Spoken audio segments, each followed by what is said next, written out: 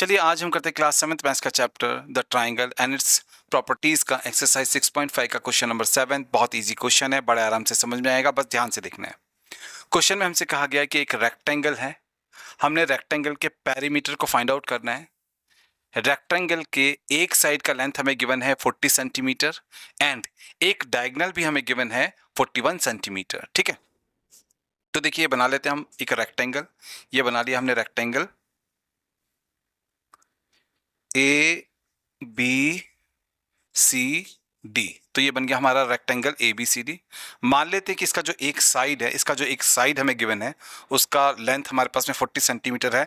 तो हम मान लेते हैं कि यहाँ पर जो ये ए बी साइड है ये हमको गिवन है एंड इसका लेंथ है 40 सेंटीमीटर। ठीक है, तो यहाँ से यहाँ तक ये 40 सेंटीमीटर का है।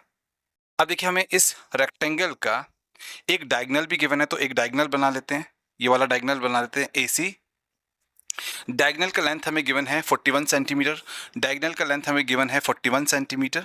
ठीक है, अब हमने इस रेक्टेंगल के पेरीमीटर को फाइंड आउट करना है। ठीक है, अब देखिए हमें पता है कि एक रेक्टेंगल के सभी एंगल्स जो होते हैं वो 90 डिग्री के होते हैं। तो देखिए ये सारे एंगल्स यहाँ पर, यहाँ पर, यहाँ पर एंड यहाँ पर, ये सारे एंगल्स 90 डिग्री के होंगे। ठीक है, ये एंगल भी 90 डिग्री का होगा, ये एंगल भी 90 डिग्री का होगा, ये एंगल भी 90 डिग्री का होगा एंड ये वाला एंगल भी 90 डिग्री का होगा। ठीक है, ये सभी एंगल्स 90 डिग्री के हैं।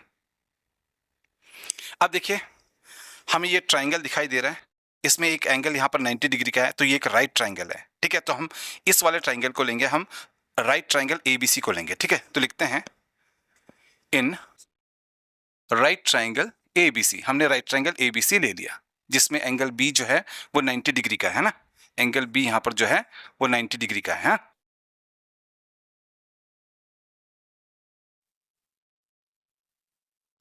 चलिए अब हम इस राइट ट्राइंगल में पाइथागोरस थ्योरम को अप्लाई करेंगे, तो लिखते हैं बाय पाइथागोरस थ्योरम। अब देखिए इस राइट ट्राइंगल में यहाँ पर ये 90 डिग्री का एंगल है, तो इसके अपोजिट में जो ये साइड होगा ये हाइपोटेन्यूज होगा, ये हाइपोटेन्यूज होगा, है ना। एंड हमें पता है कि जब हमारे पास में एक राइट ट्राइंगल होता है, उसका जो हाइपोटेन्यूज होता है ना, उसका जब स्क्वायर करते हैं तो वो बाकी दो साइड्स के स्क्वायर्स के सम के इक्वल होता है ना। आपने अच्छी तरीके से याद रखना, एक राइट ट्राइंगल में हाइपोटेन्यूज का जो स्क्वायर होता है वो बाकी दो साइड्स के स्क्वायर्स के सम के इक्वल होता है, इसलिए AC का स्क्वायर इक्वल्स टू AB का स्क्वायर प्लस BC का स्क्वायर होगा। बाय पाइथागोरस थ्योरम AC का स्क्वायर इक्वल्स टू AB का स्क्वायर प्लस BC का स्क्वायर होगा। ठीक है,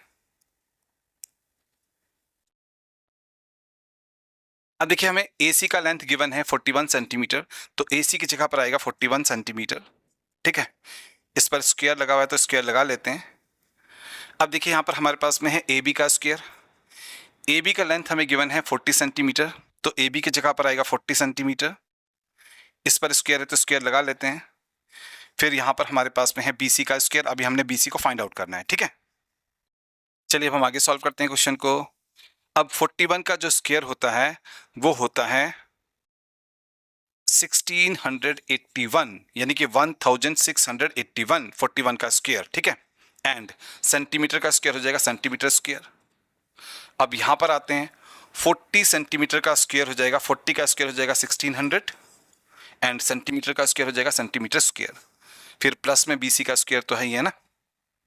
अब हमने 1600 को राइट हैंड साइड से लेफ्ट हैंड साइड में लेकर के आना है, तब लेफ्ट हैंड साइड में हो जाएगा 1681 centimetre square minus 1600 centimetre square. जब 1600 राइट हैंड साइड से लेफ्ट हैंड साइड में आएगा तो यहाँ पर ये 1681 में से माइनस हो जाएगा 1600। ठीक है, एंड इक्वल्स टू में हमारे पास में BC का स्क्वायर तो है ही है। अब जब हम 1681 में से 1600 को माइनस करेंगे तो हमारे पास में आएगा 81। ठीक है, तो जब हम 1681 में से 1600 को माइनस करेंगे तो हमारे पास में आएगा 81। अब यहाँ पर भी सेंटीमीटर स्क्वायर है, यहाँ पर भी सेंटीमीटर स्क्वायर है, तो यहाँ पर सेंटीमीटर स्क्वायर आ जाएगा, यहाँ पर सेंटीमीटर स्क्वायर आ जाएगा। इक्वल्स टू में BC का स्क्वायर तो हमारे पास में है ही है। अब हमने इस स्क्वायर को हटाना है, यहाँ पर स्क्वायर रूट लगा लेना है ना, तो 81 सेंटीमीटर स्क्वायर के ऊपर स्क्वायर रूट लग जाएगा, क्योंकि यहाँ पर से हमने स्क्वायर को हटा लिया, तो यहाँ पर बचेगा BC। अब देखिए 81 का स्क्वायर रूट होता है 9, आपने याद रखना है 9 9 जा 81 होता है, इसलिए 81 का स्क्वायर रूट होता है 9। ठीक है, एंड यहाँ पर स्क्वायर है, सेंटीमीटर स्क्वायर है, तो सेंटीमीटर स्क्वायर का स्क्वायर रूट हो जाएगा सेंटीमीटर। इक्वल्स टू में यहाँ पर BC तो है ही है, तो हमारे पास में BC का वैल्यू आ गया 9 सेंटीमीटर। तो हमारे पास में BC का लेंथ आ गया 9 सेंटीमीटर। ठीक है, ये हमारे पास में आ गया, करेक्ट।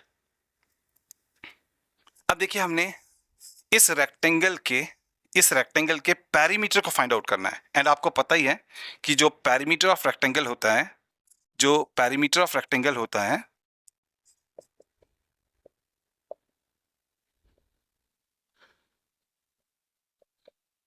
वो होता है ट्वाइस लेंथ प्लस ब्रेड्थ। अब देखिए यहाँ पर ये लेंथ है, ये ब्रेड्थ है ना, तो ट्वाइस। अब लेंथ कितना है, लेंथ तो है 40 सेंटीमीटर, लेंथ की जगह पर आएगा 40 सेंटीमीटर। एंड जो ब्रेड्थ है वो हमारे पास में है 9 सेंटीमीटर, तो यहाँ पर आएगा 9 सेंटीमीटर, करेक्ट। अब यहाँ पर है 2, 40 सेंटीमीटर प्लस 9 सेंटीमीटर हो जाएगा 49 सेंटीमीटर हो जाएगा हमारे पास में 49 सेंटीमीटर, करेक्ट। अब जब हम 2 से 49 सेंटीमीटर को मल्टीप्लाई करेंगे तो हमारे पास में आएगा 2 इंटू 49 होता है 98, 2 इंटू 49 होता है 98, एंड यहाँ पर सेंटीमीटर आएगा तो आ जाएगा हमारे पास में 98 सेंटीमीटर। तो हमारे पास में पेरीमीटर ऑफ रेक्टेंगल आ गया 98 सेंटीमीटर। ठीक है, क्वेश्चन में हमसे कहा गया था कि हमने पेरीमीटर ऑफ द रेक्टेंगल को फाइंड आउट करना है, जो कि यहाँ पर हमने फाइंड आउट कर लिया। तो ये आ गया हमारे इस क्वेश्चन का फाइनल आंसर।